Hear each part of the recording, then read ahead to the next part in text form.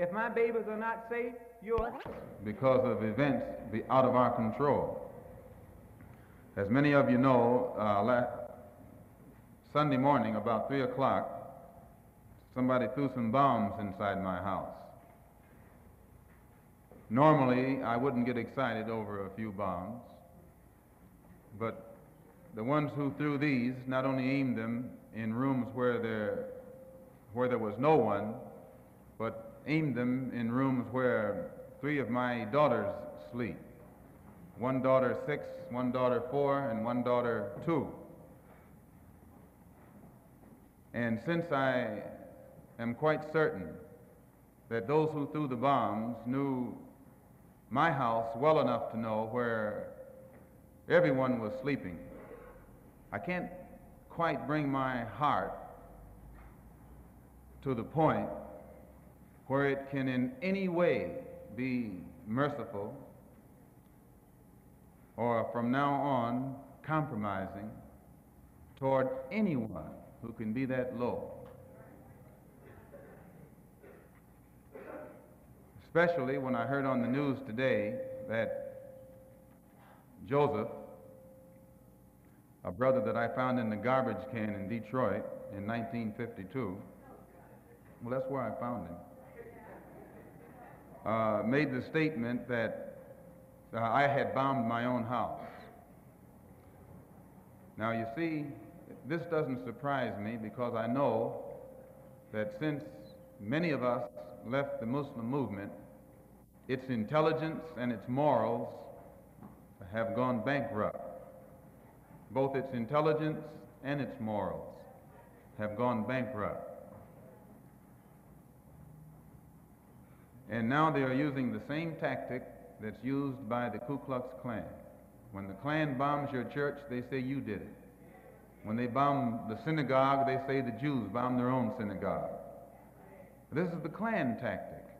And tonight, I'll tell you why the black Muslim movement is now adopting the same tactics against black people as has been up to now the exclusive method of the Ku Klux Klan.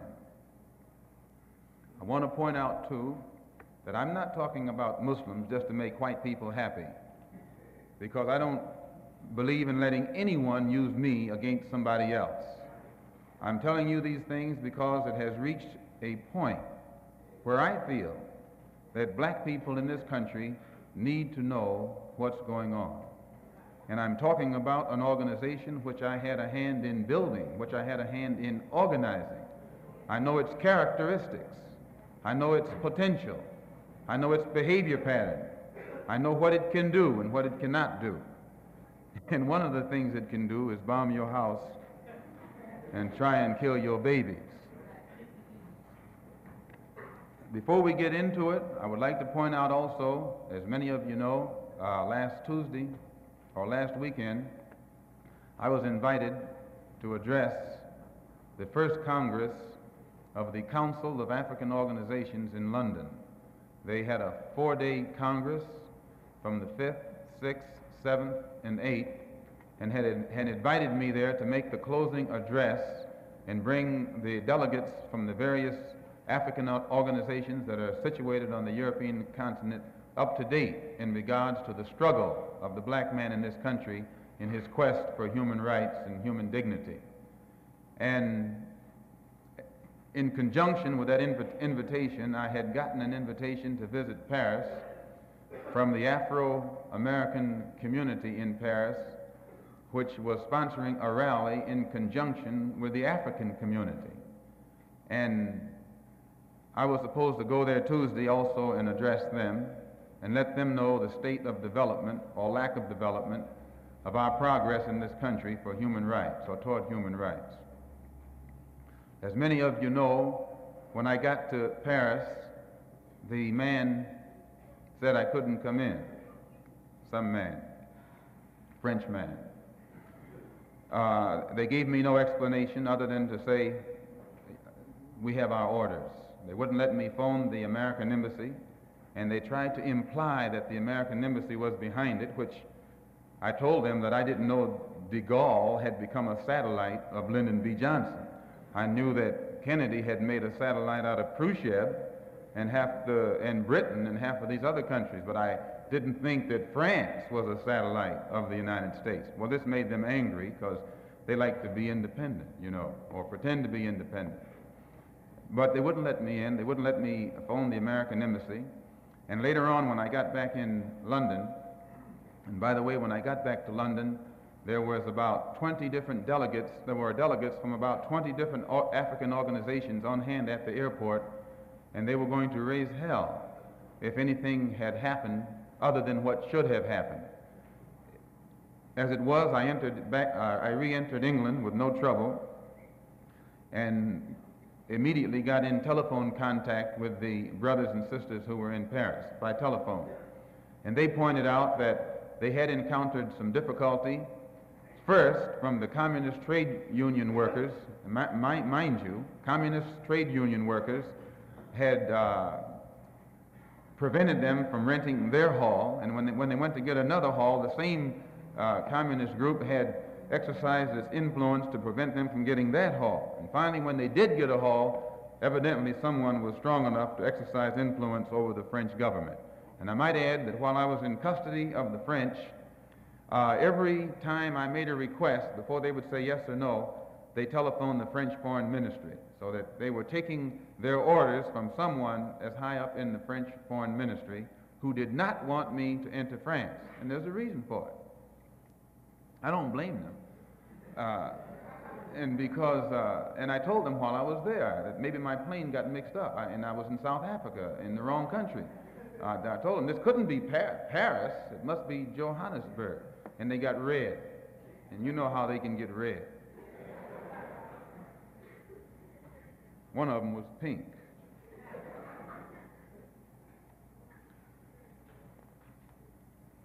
The same thing happened in England. As many of you probably read in the Sunday Times and Tribune, there was a great fear in England concerning me speaking to the West Indian community.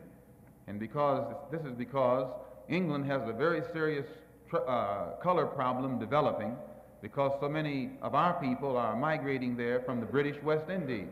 France, quietly as it is kept, has a very serious color problem developing because of the migration to France of our people from the French West Indies. And with these people from the French West Indies, black people going to France, others from the British West Indies going to England, coupled with the Asians who are coming from the Commonwealth territories, along with the Africans from French Equatorial West Africa, formerly into France, and the British possessions into Britain. There's a large, increasing number of dark-skinned people swelling the dark population of France and Britain, and it's giving them a great deal of cause for worry. The only difference over there and over here being that no one of black skin in France has ever tried to unite the dark-skinned people together, neither have they done so in England. So you can somewhat see what their fear is. No effort has been made to unite the Afro-American community or the American Negro community with the West Indian community, and then those two communities with the African community, and those communities with the Asian community. This has never been done in either England or France. But when I was in France,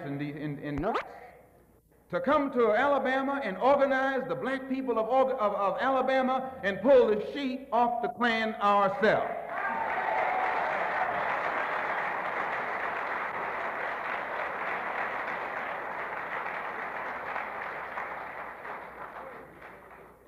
And we can do it. Brothers and sisters, we can do it. And the federal government won't do it. And since then, they've been talking about a little investigation of the Klan and the Citizens Council and the Black Muslims and some of the others. But they're not going to do anything. The only way the Klan is going to be stopped is if you and I organize and stop them ourselves. That will stop it.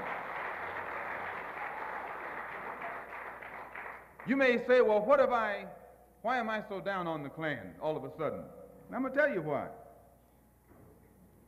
And why did I shift my attack from the black Muslims, Elijah Muhammad and his immoral self, to the Klan? Yes, he's immoral. You can't take 9 teenage women and seduce them and give them babies and not tell me and then tell me you're moral. You could do it if you admitted you did it and admitted that the babies were yours. I'd shake your hand and call you a man. A good one, too.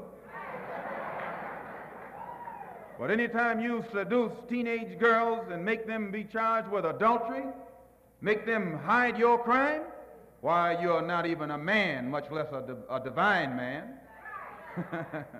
So, and this is what he did. He took at least 9 that we know about. And I'm not speculating because he told this to me himself. Yes, that's why he wanted me dead, because he knew that as soon as I woke up, I'd tell it. 9 of them, not 2 of them that are suing him, but 9 of them. And the FBI knows it, the law in Chicago knows it, the press even knows it, and they won't expose the man. And you don't let me get off of here tonight without telling you why they won't expose him, why they're afraid to expose him. They know that if they expose him, that he has the most, see, the black Muslim movement, it was organized in such a way that it attracted the most militant, the most uncompromising, the most fearless, and the youngest of the black people in the United States. That's who went into it. Those who didn't mind dying, they didn't mind making a sacrifice. All they were interested in was freedom and justice and equality, and they would do anything to see that it was brought about. These are the people who have followed him for the past 12 years, and the government knows it. But all of these ultra-militants have been held in check in an organization that doesn't take an active part in anything, and therefore it cannot be a threat to the movement again from January 1961, because most of the action that Muslims got involved in was action that I was involved in myself. Wherever it happened in the country, where there was some action, it was action that I was involved in because I believed in action. I never have gone along with no Ku Klux Klan. And another one that he had made a deal with was this man Rockwell. Rockwell and Elijah Muhammad are regular correspondents with each other. You can hate me for telling you this, but I'm going to tell it to you. Rockwell attended the rallies because Elijah Muhammad put the OK on it. And Sharif, the captain of the FOI, and I had discussed it, wondering why Rockwell could come to our meetings, because to Elijah Muhammad and the black Muslim movement were to crumble, that all of those militants who formerly were in it and held in check would immediately become involved in the civil rights struggle, and they would add the same kind of energy to the civil rights struggle that they gave to the black Muslim movement. And there's a great fear, you know yourself. White people don't like for black people to get involved in anything to do with civil rights unless those black people are nonviolent, loving, patient, forgiving, and all of that. They don't like for them to.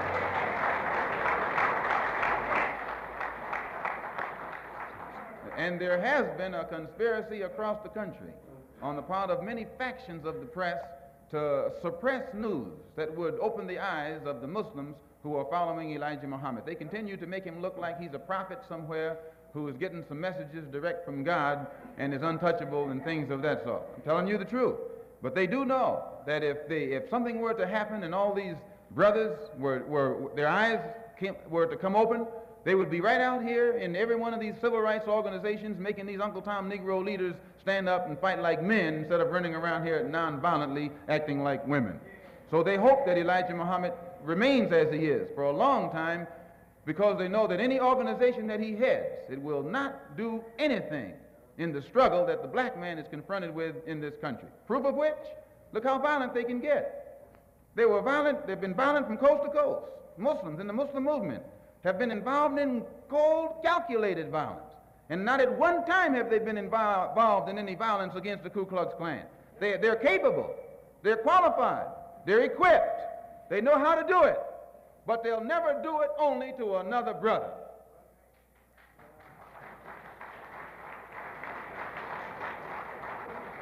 Now, I am well aware of what I'm setting in motion by what I'm saying up here tonight. I'm well aware. But I have never said or done anything in my life that I wasn't prepared to suffer the consequences for.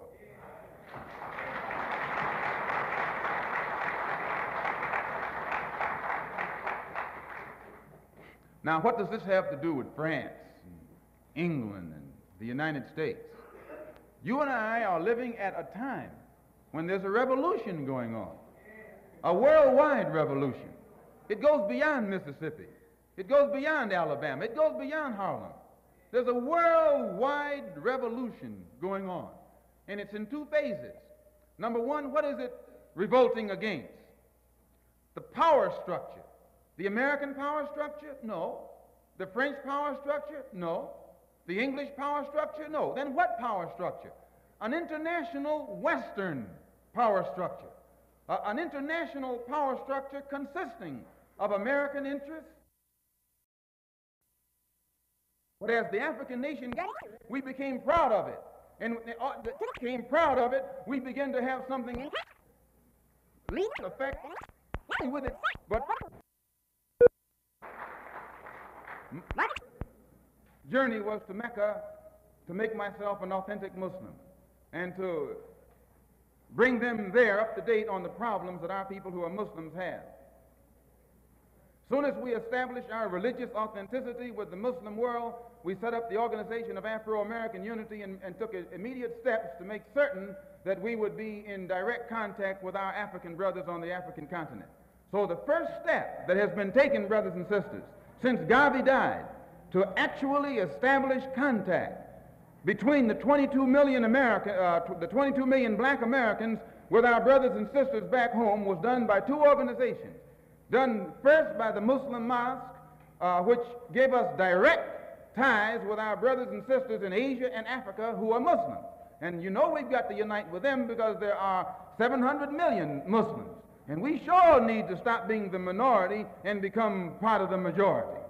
So, as Muslims, we united with our Muslim brothers in Asia and Africa, and as members of the Organization of African or Afro-American Unity, we set out on a program to unite our people on this continent with our people on the mother continent.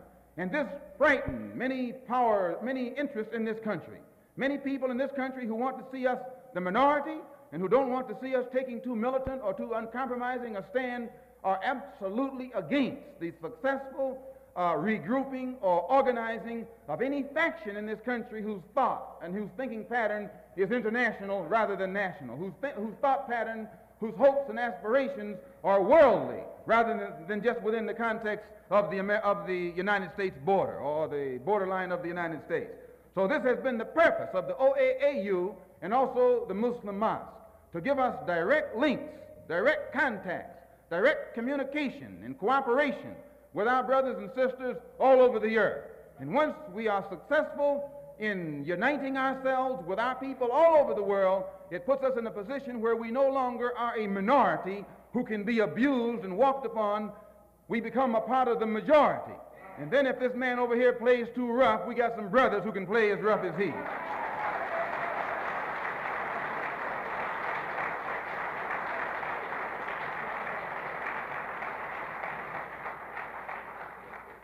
So that's all I have to say about that. I wanted you to know that my house was bombed. It was bombed by the black Muslim movement upon the orders of Elijah Muhammad. And when the bomb was thrown, one of the bombs were thrown at the rear window of my house where my 3 little baby girls sleep. And I have no compassion or mercy or forgiveness or anything of that sort for anyone who attacks children. If you attack me, that's one thing. I know what to do when you start attacking me. But when you attack sleeping babies while you are lower than a guy...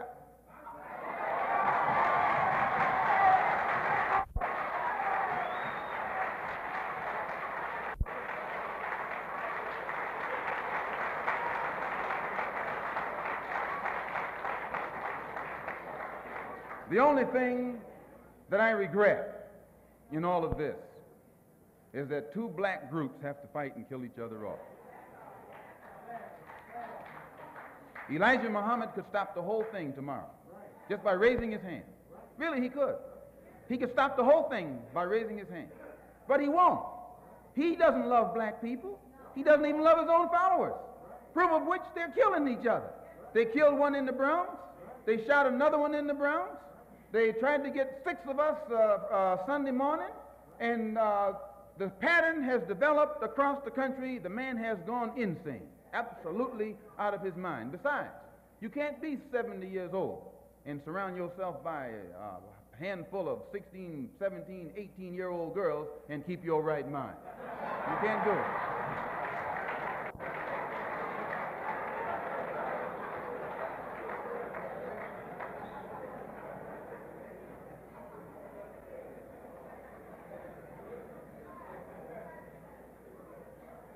So from tonight on, there'll be a hot time in the old town.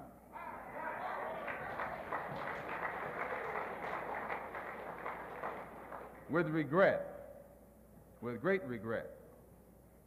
There's no organization in this country that could do more for the struggling black man than the Black Muslim movement if it wanted to.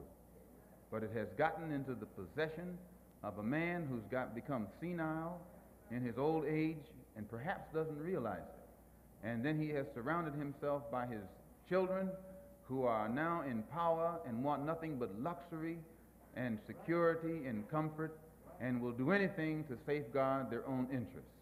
So I feel responsible for having played a major role in developing a criminal organization.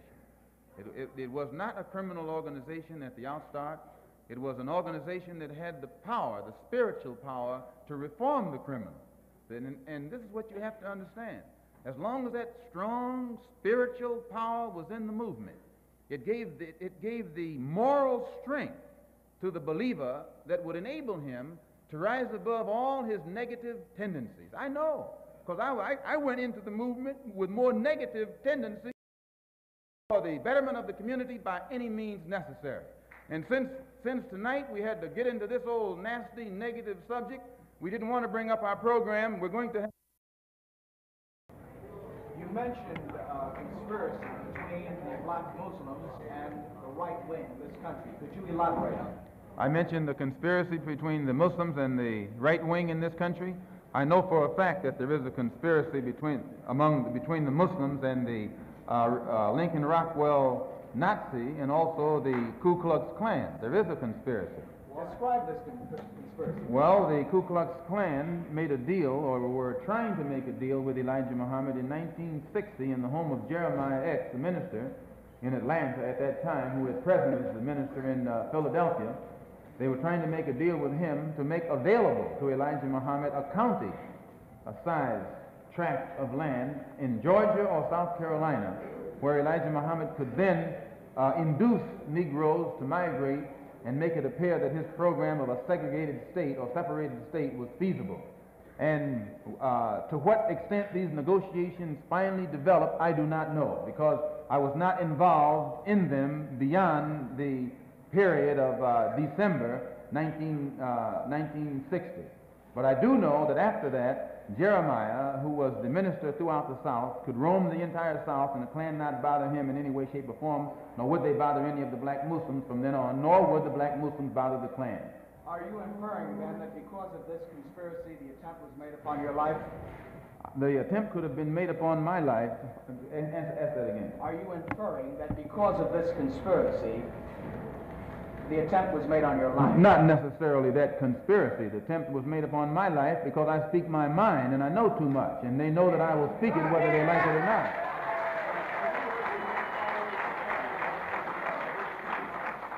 Pardon me? Are you urging your followers to take any actions against the Muslims? Am I urging my followers to take action against the Muslims? No. No. When you say you rely on Allah for protection, you've always been some kind of activist. Do you still think that you're going to try to infiltrate their organization and win over some of their supporters? Am I going to try and infiltrate their organization and win over some of their supporters? No, I have never tried to win supporters from Elijah Muhammad. Since I have left the black Muslim movement, I've spoken at these rallies. Those who come, come. Those who don't, don't. But I've never gone out of my way to win over any of his followers. And he himself is fearful because he knows that you don't have to exercise too much energy to win his followers. As soon as they know truth and compare the two, and by the way, this is the brother, I didn't even see you there, brother. This is Leon Amir, who was Cassius Clay's secretary, whom they beat unmercifully up in Boston. And the court freed the men who beat him. They fined him $100, was it? Yeah, fined him $100. And he was on the inside of the black Muslim specialty squad. And I know it. And it was he who heard Elijah Muhammad Jr. come to New York when Elijah Muhammad was at the Armory in June of last year. Jr. stood up and told the fruit, many of whom are here now also, that I should have been killed, that my tongue should have been put in an envelope and sent back to Chicago by now. And because Fat Joseph had not done it, they demoted him. He remained captain, but Clarence up in Boston was put over Joseph. And Joseph's authority was curtailed. And then Clarence, the captain from Boston, and John, the captain from Springfield, came to New York to assassinate me and came to him to get a silencer and couldn't get it. So the police know this. It's not something that's new. They just wait until the job is done and then they step in. Now, when you say, do you know that Elijah Muhammad was behind this? Yes, now, Is this your belief? Elijah Muhammad called all of his officials, national officials, to Chicago in October and ordered them to kill or maim any of his followers who leave him to follow me.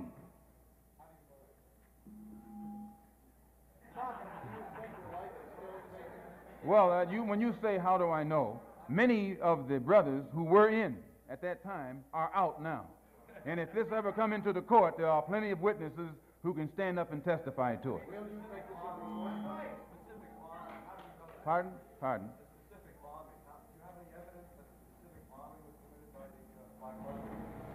This specific bombing.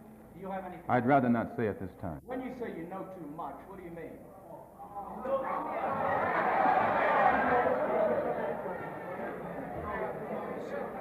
Who's the next one?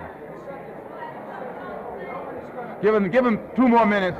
Give them 2 more minutes and we'll end it. You said nobody's going to clean up all but us, and we'll control it. And you said, including the politics. Yes. So what, can you elaborate a little bit on Yes, politics? when I said that no one can clean up our home but us, and that we will clean it up, including and no one should control it but us, including the politics, what do I mean?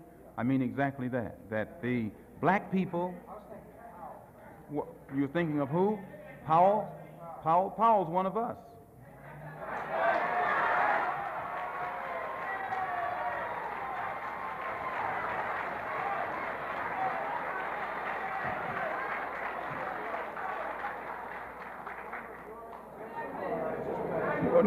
No, he's not a member of our organization, but when I say he's one of us, I mean he's one of the family. And no one outside the family can get us to talk about him. If we talk about him, we talk about him within the family. But nobody outside the family can instigate us against Powell.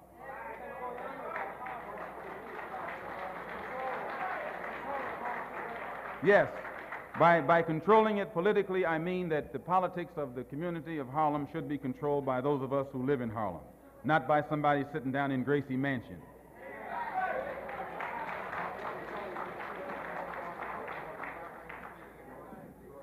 Sir?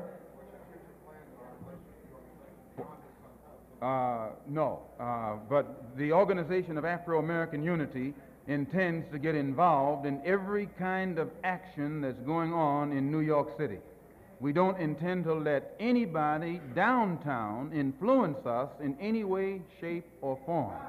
We want the influence to come from Harlem and from other Harlems around the country. Now, this doesn't mean we're anti-outside of Harlem. This doesn't mean we're anti-Bronx or anti-White Plains or anti-white or anti-German or anything like that. But it means we're pro-Harlem. We're pro-ourselves. We want to start doing something for ourselves. That's all it means. It means that we want to stop begging you for your school. We want you to get out of the way and let us straighten out the schools in Harlem.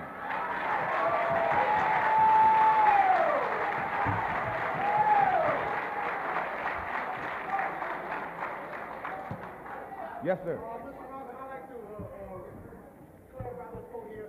You said, so from tonight on, there will be a hot time in your old town. Could you elaborate on that? I just answered it when I said from tonight on there'll be a hot time in the old town. I answered it when this gentleman over here asked. It's a song that we used to sing. An implication, an implied threat. I never imply any threats to anyone. I'm a Muslim. My religion is Islam. It's a religion of peace. And sir, yes, I do believe there'll be further attempts on my life. I know them. They're foaming at the mouth. The rank and file Muslim means well. It's those at the hierarchy who are living off the fatted calf who don't mean well.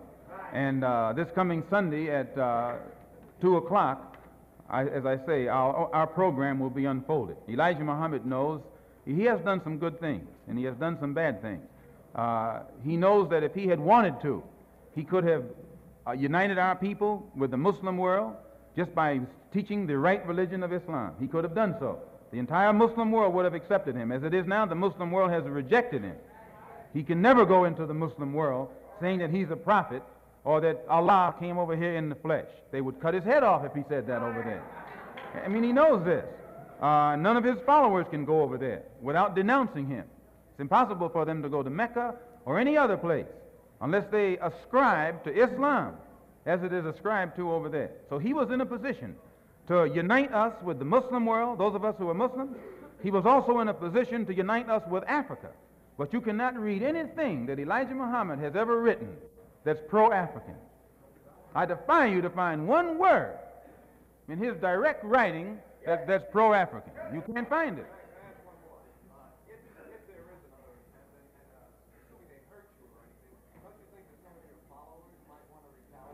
Listen to this question this man asked me. What are you trying to get at? No, he asked me, look, I got to tell him what you asked me.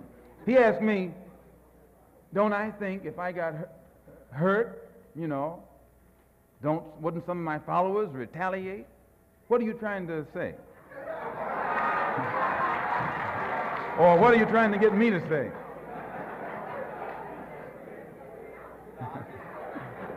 I mean, it's okay. I'm not going to get you in any trouble. These are your friends in here. But I just want them to hear what you're asking me. That's all.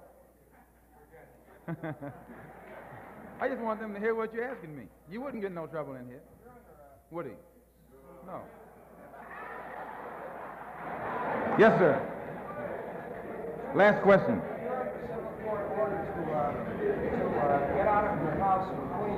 I'm under a civil court order to get out of my house in Queens. You know, I only heard, somebody told me that they heard that on the radio. I know nothing about it. And I haven't discussed it with the lawyer yet, and I won't make any comments until I discuss it with the lawyer. But I just hope that nobody tries to go in there while what's left of my belongings are there. Sir? Some have been in the vicinity, yes, and some policemen, too, have been nice enough to watch the house ever since it was bombed. I wish they had been watching it while it was bombed. Yeah, a great deal of my personal belongings were lost. They threw 4 bombs in there. I might point this out, that these who did it were so vicious, and those who did it knew the whole layout of the house. And to show you why I believe in Allah, the bombs that were thrown into the front part of the house were thrown directly against the window, you know, so they came through. But before they threw the first one, the neighbor saw someone go up to the window with a mop-like instrument and break the window, crack the glass. And then they threw the bombs in after the glass was broken. And that was in the front part. Now they had come around they had planned to do it from the front and the back so that I couldn't get out. They covered the front completely, the front door. Then they had come to the back, but instead of getting directly in the back of the house and throwing it this way, they stood at a 45-degree angle and tossed it at the window, so it glanced and went onto the ground. And the fire hit the window, and it woke up my second oldest baby. But the fire burned on the outside of the house. But had that one gone through that window, it would have fallen on a 6-year-old girl, a 4-year-old girl, and a 2-year-old girl. And I'm going to tell you, if it had done it, I'd taken my rifle and gone after anybody in sight. I would not wait. And I say that because of this. The police know the criminal operation of the black Muslim movement because they have thoroughly infiltrated it. That the city police don't know about. because they have policemen in there. They don't let black people form anything without some policemen in there. And while I was in the black Muslim movement, over the black Muslim movement, many of the police who were sent to infiltrate us, they're black, would tell me, say, look, I'm a cop, but I have to come. They would tell me. I knew the Muslim movement was full of police. So don't you think anything is going down that they don't know about. The only thing that goes down is what they want to go down. And what they don't want to go down, they don't let it go down. One last question. Yes, sir. The Muslims claim that you bomb your own house. That's what I said. The Muslims claim I bombed my house. Well, because they say it's rightfully there. Yeah. No, well, you can take what you want. The arson squad, the fire marshal, all of them are experts in this kind of thing. And if anybody can find where I bombed my house, they can put a rifle bullet through my head. It was my children and my own life and my wife's life that was at stake. In fact, let me tell you something, sir. I stood Sunday morning. You know what what temperature was? It was about 15 or 20. I stood in my underwear, bare feet, in the middle of my driveway with a gun in my hand for 45 minutes waiting for the police or waiting for the fire department to come. If I want to put on a show, I can find a better way than that to put it on.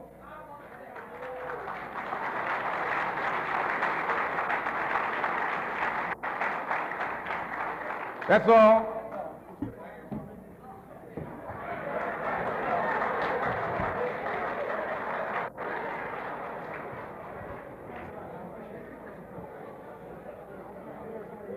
There's brothers and sisters, here's the Saturday Evening Post, dated February the 27th, 1965. And in it, there's an article titled, "An Ex-Official Tells Why the Black Muslims Are a Fraud." This is one of the brothers in Boston who was formerly the secretary up there and who is the cousin of Ronald Stokes, the brother who was killed out in California in April of 1962. And I would like to say this before anything else, and that is, don't think that I don't know how bad I make myself look by attacking an organization that I was once so inseparably a part of. But I'm not particularly concerned with how bad it makes me look. My prime concern is to expose it to the fullest of my ability. Let the chips fall where they may.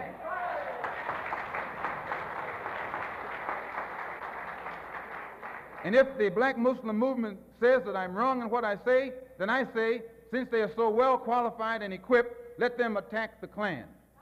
Let them go find out, let them get the persons who bombed that church in Birmingham. Because I'll go get them. I'll go and attack the Klan and attack Rockwell and any of the others. And I defy them to do so. They can't do it because they both have the same paymaster.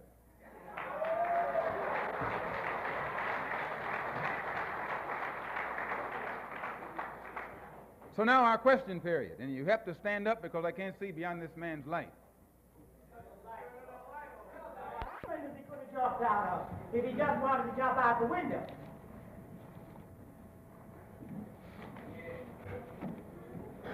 And I am appealing to you and the rest of us here who have Harlem and our concern at heart. What can we do and what must we do to avoid something else like this? This is what I meant earlier when I said concerning the importance of our controlling Harlem. As long as we have outsiders running our hospitals and our schools and our everything else, they will run us right on out of existence. I would suggest that you come over to the office and see what we can get our heads together on and see what we can do. Anything I can do, I certainly will, and I know all the brothers and sisters will. Because he's white. No, I shake his hand if he's all right. But first he's got to get all right.